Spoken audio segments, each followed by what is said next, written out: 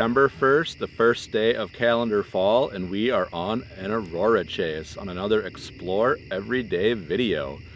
I'm out in one of my local spots here not too far from home, and so far it feels drier than it has the other few nights, but I do have a lens warmer with and a battery, so I'm going to get that set up. The first rig that I'm setting up here is my Nikon D750 with my 14mm.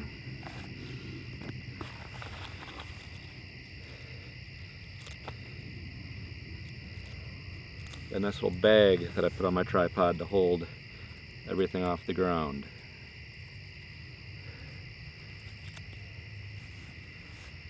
So we have a G2 to G3 warning tonight.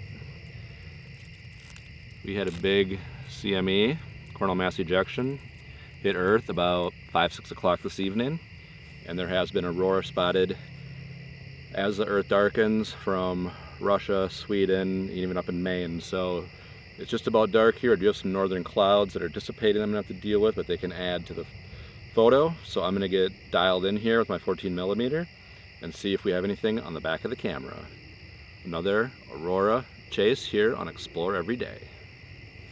All right, I think I got my first composition set up here. I basically have a big view to the north. I have a couple trees scattered about that I gotta take a practice shot. So I did use my live view to focus in on a house light probably half a mile away, so that will get me to infinity. So I got that down to needle sharp, so my stars will be nice and sharp. So I'm gonna set my timing now here. So I'm gonna shoot this at f2. I'm gonna start at 10 seconds just for a practice shot to see if we have anything on the back of the camera. ISO 2000 is gonna be too much for right now. We'll drop that down to 1000.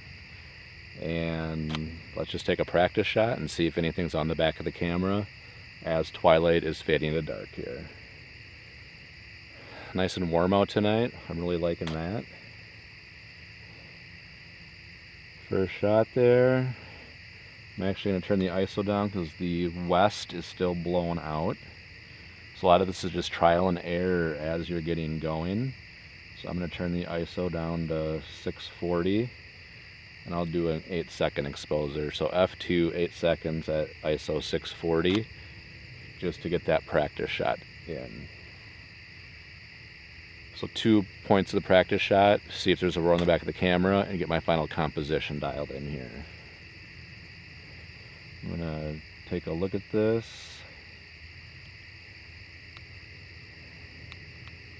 I can't conclusively say that I see anything on the back of the camera right now.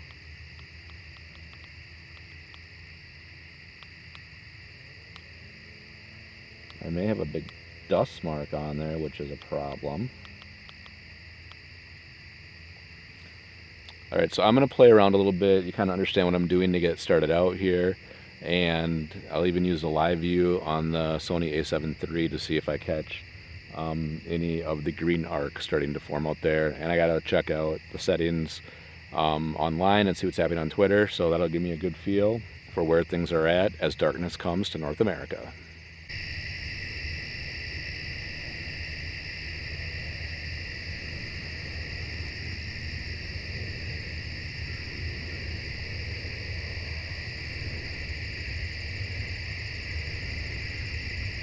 Look at that bright moon we have. So that's a bit of an issue, but if you get a substorm, I'm not that concerned.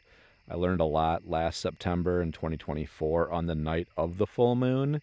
We got a substorm and the moon didn't do anything to it. So if we get a substorm, you know what? The moon is out. Some aurora is better than no aurora. So here's the data that we're looking at the moment. It's currently at KP6, which I believe is cause for a G1 or G2 storm warning. If we scroll down, solar wind has slowed off quite a bit from when the CME hit at 523, but that's still better than average.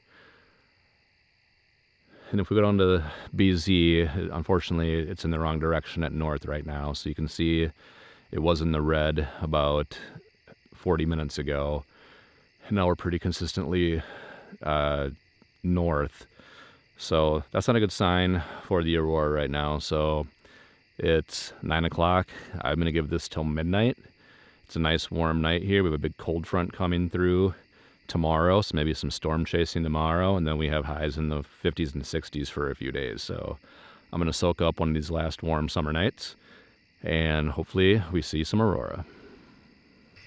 So one development that's happened to me over the last few months, my near sight has gone to trash. I need the old man cheaters now to look at the back of the dials, my settings on my camera. I gotta put the cheaters on, especially at night. It seems to be worth, but I've had contacts in 7th grade. Nobody warned me about losing that near sight as you get older, and it was like a switch flipped for me about 6 months ago. So now I got a pair of cheaters in every vehicle, in every room, and I need them out here, especially at night. So no one warned me about how quickly it goes. The old man cheaters, they're a lifesaver, but man, are they annoying.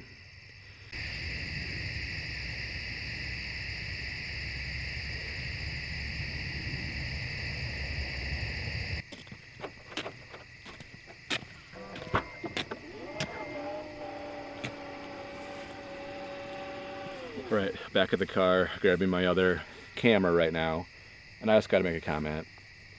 I love my Tahoe, greatest car I've ever owned, but there is nothing stealth about this car when I'm out and about. Look, the headlights are on, I open the tailgate, it's flashing, it's beeping. Sometimes if you don't do it right, it beeps 3 times, if you have the key in your pocket or something.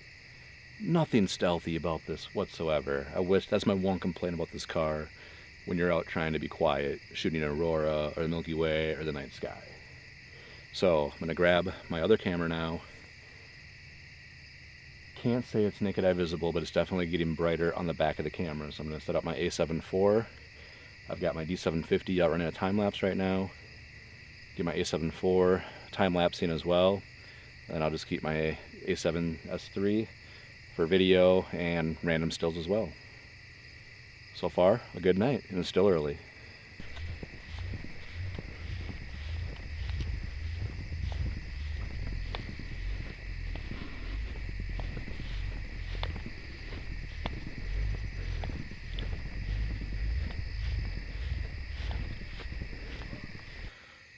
Alright, so I'm at an impasse right now. It's about 10:15. The BZ is absolutely horrible. I'm just sitting out here in the parking lot next to the truck. I got my 2 cameras still out shooting. We had a little mini substorm, so I should have that. It's not going to be anything too impressive, and I keep taking shots with my camera here, and there's some really light aurora on it. I'm not sure how much I want to burn the oil here tonight. Got a big week ahead of me for work, so I'm going to give it a little bit of time, but at least we're sitting out under the stars once again.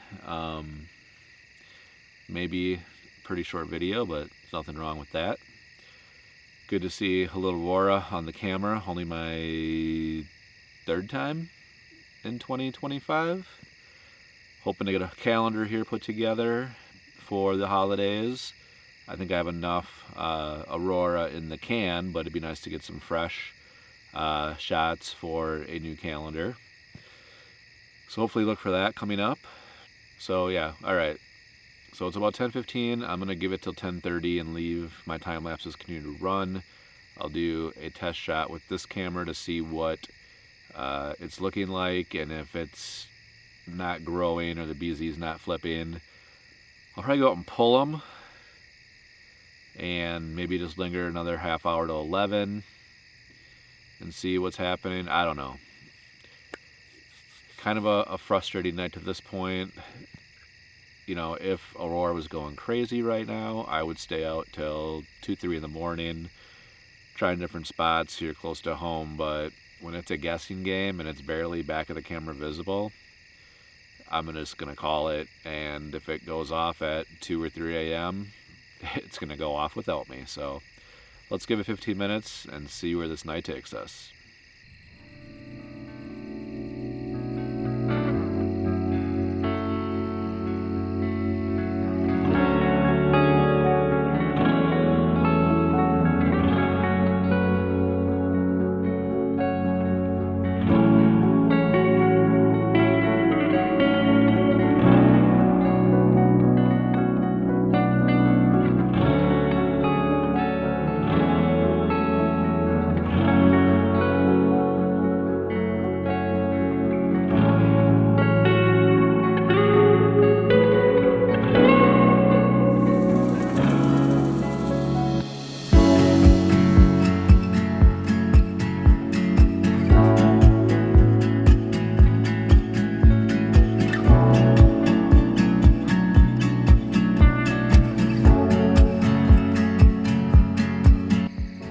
10:34.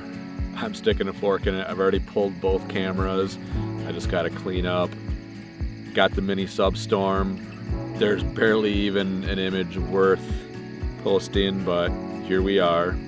Not gonna call it a bust, but it wasn't great. Might get better later on, but I'll be cutting some Z's in bed when it happens. See ya in the next Explore Everyday video. Thanks for watching.